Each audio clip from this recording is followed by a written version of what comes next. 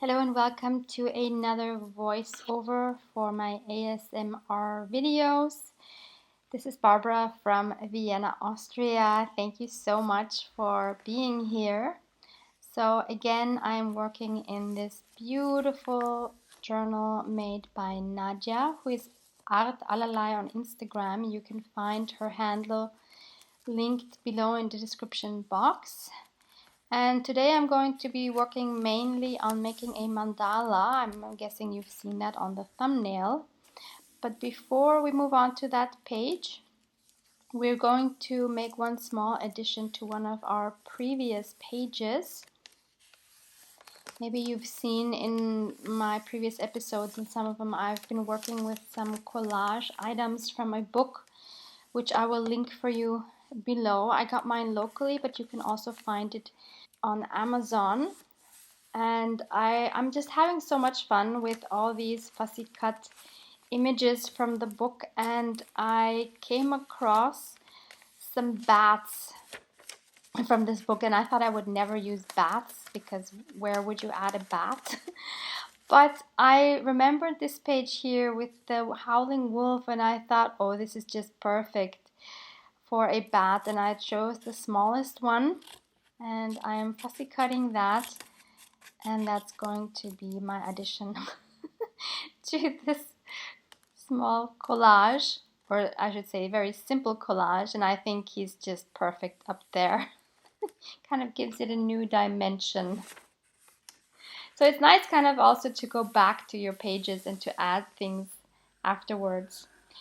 And now I'm working on my mandala, and I'm working on watercolor paper, first drawing a cross and then marking every 10 degrees with my protractor and then connecting those with my ruler.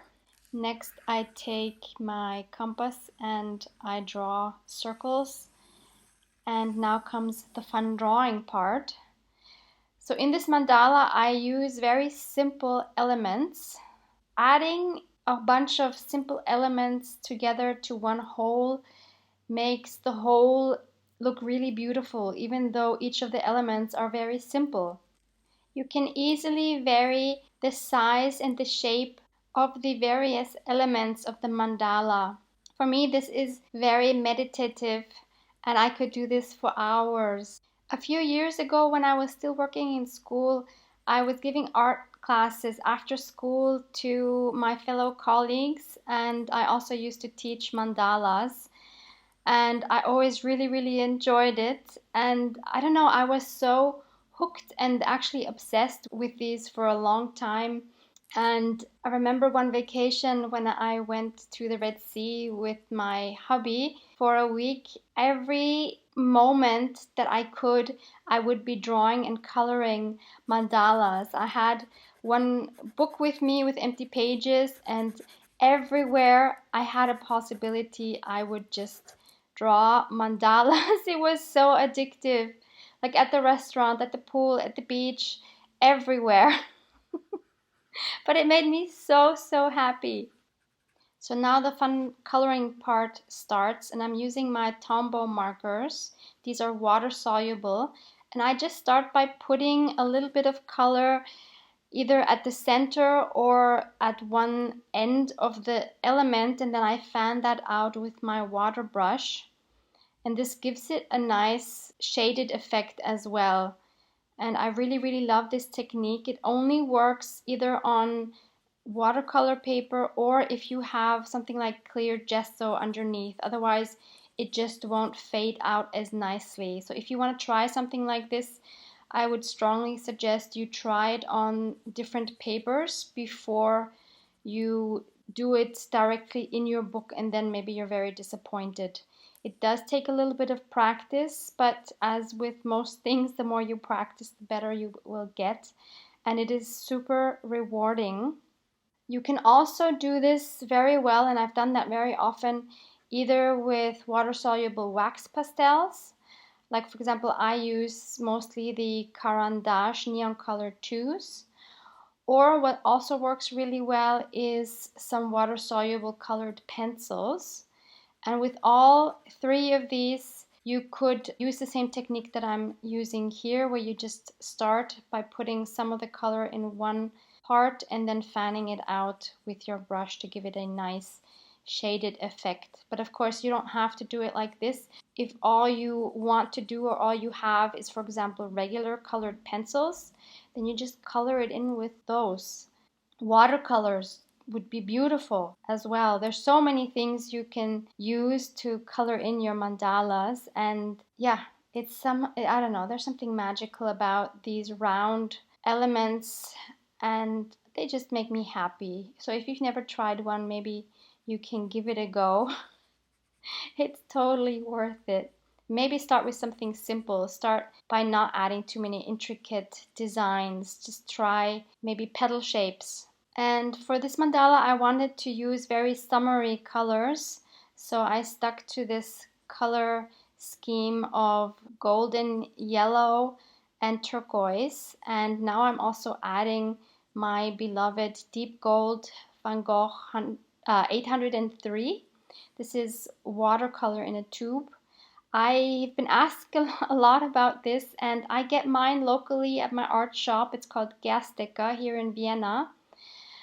Obviously, you have different shops, so I would say don't try to find this specific one. It's pure coincidence that I chose that one. I knew nothing about it before I got it. So just try whatever you can find locally. If you don't have something at home already, just try out what you can get. You might be surprised at what wonderful products you come across.